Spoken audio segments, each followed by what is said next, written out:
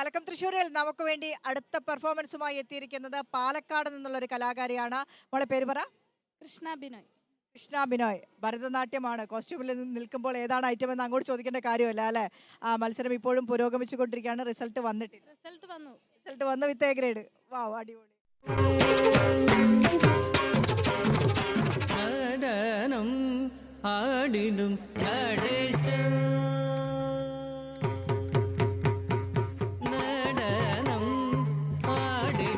നടേശ ലതാകി ഇനൈത ലയമുടനെ നടനം ആടിടും നടേശ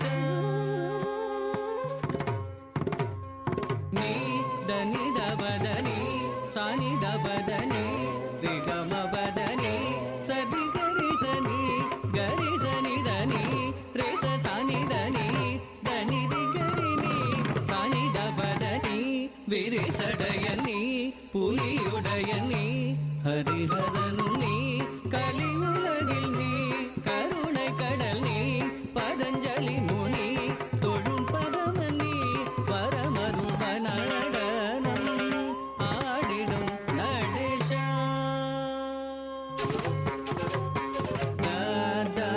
പദനി സനി ദപദനി യെസ് കൃഷ്ണ, എത്ര നാളത്തെ പരിശീലനമാണ് കുഞ്ഞ ഇത്? ഞാൻ 3 വയസ്സിൽ തുടങ്ങിയതാണ്.